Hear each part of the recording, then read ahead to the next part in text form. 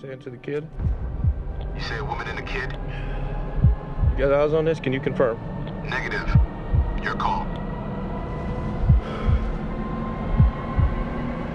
They fry you if you're wrong.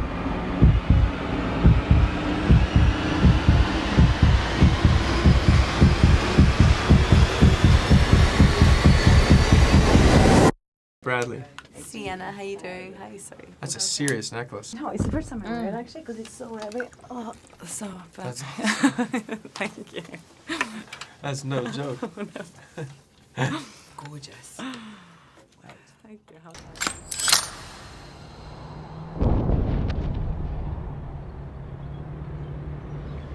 You have to build yourself up a lot for this part as well. You Yeah. have to gain a lot of weight, Yeah. right? Yeah. So does that do something to you mentally? Yeah, the change, the weight. I mean, one's physical habitation is everything. When you're sick, you changes the way your mental, emotional state, and it's the same way when your body changes physically. So it was quite a dramatic shift for me, the way I walked through life. 35, 40 pounds heavier of muscle, and yeah, changed everything.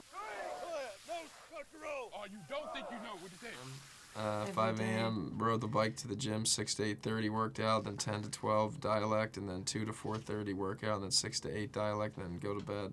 Is it harder to actually put on weight than lose weight because you lost everything again? Yeah, it was much harder to put it on. Oh my God, it's not even close. I mean, it was the kind of weight too. It wasn't like I just ate anything I wanted. I mean, it was all regimented, 6,000 calories, but not fun food.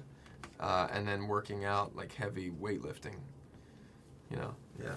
I was just lucky I didn't get injured. To be an instructor, son. You ladies look sexy. It was a bit of a escape. I mean, it was really sort of an entrance into another world. It felt like, but I you know, that took a toll when I left it. But when I was in it, it didn't feel like that. Other than, you know, my days were regimented in such a way that we had a goal that on the first day of shooting, the hope was I'd weigh as much as he did and I could talk like him without thinking. And then that was just the beginning of climbing that mountain, of telling the story. The hardest thing, I think, was leaving him, maybe, at the end, you know. Do you stay in it all the time when you're I filming did for this characters one, like this? yeah. And by the way, only because it made it easier. It would have been very odd to break out and break in. That would have taken a lot of energy. That would have been like, you know, sometimes it's easier to just put your computer on sleep. Do you know what I mean? Rather than shut it down. Do you know what I'm saying? Oh, yeah. Yeah, that I think that's what it would have been. Would have been much harder, much more energy, much more exhaustive to actually reboot. So I think you said in the press conference before Christmas that movies always had a healing effect on you since you were a kid. Yeah.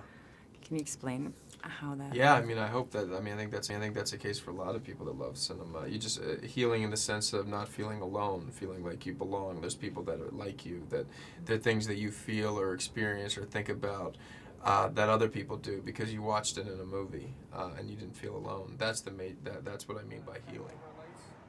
I looked at myself in the mirror. What had I been so afraid of all week? I was still young, still desirable. I would never wind up alone. Is this you? And there it was. My question mark staring me right in the face. Was that me? And then I realized if I went home with him, it'd be the only time I'd ever slept with a man to validate my life.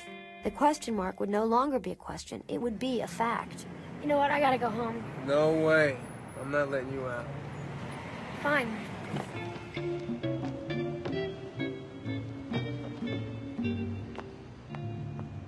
It's always been incremental. I mean, I was surprised I got Sex in the City back when I was 23 or something, or 25.